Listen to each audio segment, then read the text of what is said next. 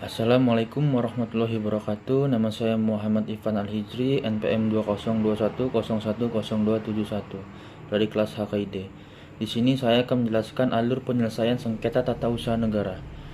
Untuk menyelesaikan sengketa tata usaha negara, maka dapat menempuh dua mekanisme, yaitu upaya administratif dan gugatan ke Pengadilan Tata Usaha Negara atau PTUN. Lantas, apakah upaya penyelesaian sengketa keputusan tata usaha negara bisa langsung melalui upaya peradilan tanpa melalui upaya administratif? Jawabannya tidak. Pengadilan Tata Usaha Negara baru berwenang memeriksa, memutus, dan menyelesaikan sengketa tata usaha negara jika seluruh upaya administratif telah digunakan. Apa itu upaya administratif? Upaya administratif adalah suatu prosedur yang dapat ditempuh oleh orang atau badan hukum perdata apabila tidak puas terhadap suatu keputusan tata usaha negara. Prosedur tersebut dilaksanakan di lingkungan pemerintahan sendiri dan terdiri atas dua bentuk. Yang pertama, keberatan. Keberatan ditujukan kepada badan atau pejabat tata usaha negara yang mengeluarkan keputusan tata usaha negara semula. Yang kedua, banding administratif.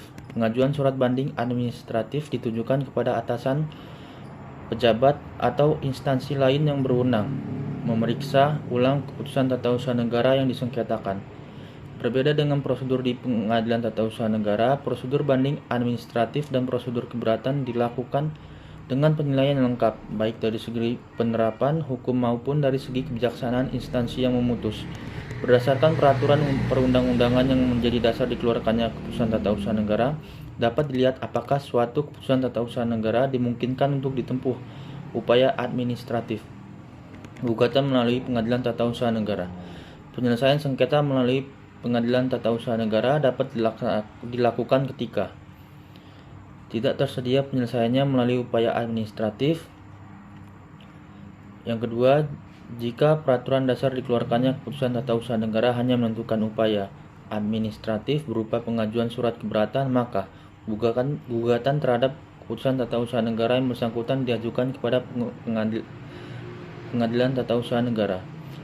Yang ketiga, jika peraturan dasarnya menentukan upaya administratif berupa pengajuan surat keberatan atau mewajibkan pengajuan surat banding administratif, maka gugatan keputusan tata usaha negara yang telah diputus dalam tingkat banding administratif diajukan langsung kepada Pengadilan Tinggi Tata Usaha Negara dalam tingkat pertama yang berwenang. Adapun alur pengajuan gugatan sengketa tata usaha negara ke Pengadilan Tata Usaha Negara adalah sebagai berikut. Yang pertama, gugatan. Gugatan adalah permohonan yang berisi tuntutan terhadap badan atau pejabat tata usaha negara dan diajukan pengadilan untuk mendapatkan putusan. Adapun yang tergugat adalah badan atau pejabat tata usaha negara yang mengeluarkan putusan tata usaha negara berdasarkan wewenang yang ada padanya atau yang dilimpahkan kepadanya. Alasan yang bisa digunakan dalam gugatan adalah keputusan tata usaha negara bertentangan dengan peraturan perundang-undangan yang berlaku serta bertentangan dengan asas-asas umum pemerintahan yang baik. Perlu diketahui bahwa gugatan dapat diajukan hanya dalam tenggang waktu 90 hari terhitung sejak saat diterimanya atau diumumkannya keputusan tata usaha negara. Yang kedua, prosedur dismisal. Setelah diajukan gugatan, maka akan dilakukan prosedur dismisal atau rapat permusyawaratan. Prosedur dismisal adalah penelitian yang meliputi segi administratif dan segi elementer. Dalam rapat permusyawaratan, ketua pengadilan melalui penetapan berwenang memutuskan gugatan dinyatakan tidak diterima atau tidak berdasar dengan pertimbangan sebagai berikut. Yang pertama, pokok gugatan tersebut nyata-nyata tidak termasuk dalam wewenang pengadilan. Yang kedua, syarat-syarat gugatan tidak dipenuhi oleh penggugat sekalipun telah diberitahu dan diperingatkan. Yang ketiga, gugatan tersebut tidak didasarkan pada alasan-alasan yang layak. Yang keempat, apa yang dituntut dalam gugatan sebenarnya sudah terpenuhi oleh keputusan tata usaha negara yang digugat. Yang terakhir, gugatan diajukan sebelum waktunya atau telah lewat waktunya. Terhadap penetapan ini dapat diajukan perlawanan kepada pengadilan dalam tenggang waktu 14 hari setelah diucapkan. Jika perlawanan dibenarkan oleh pengadilan, maka penetapan gugur demi hukum dan tidak dapat digunakan upaya hukum, sehingga pokok gugatan akan diperiksa, diputus, dan diselesaikan menurut acara biasa. Sedangkan apabila perlawanan dinyatakan ditolak terhadap putusan mengenai perlawanan itu tidak dapat digunakan upaya hukum.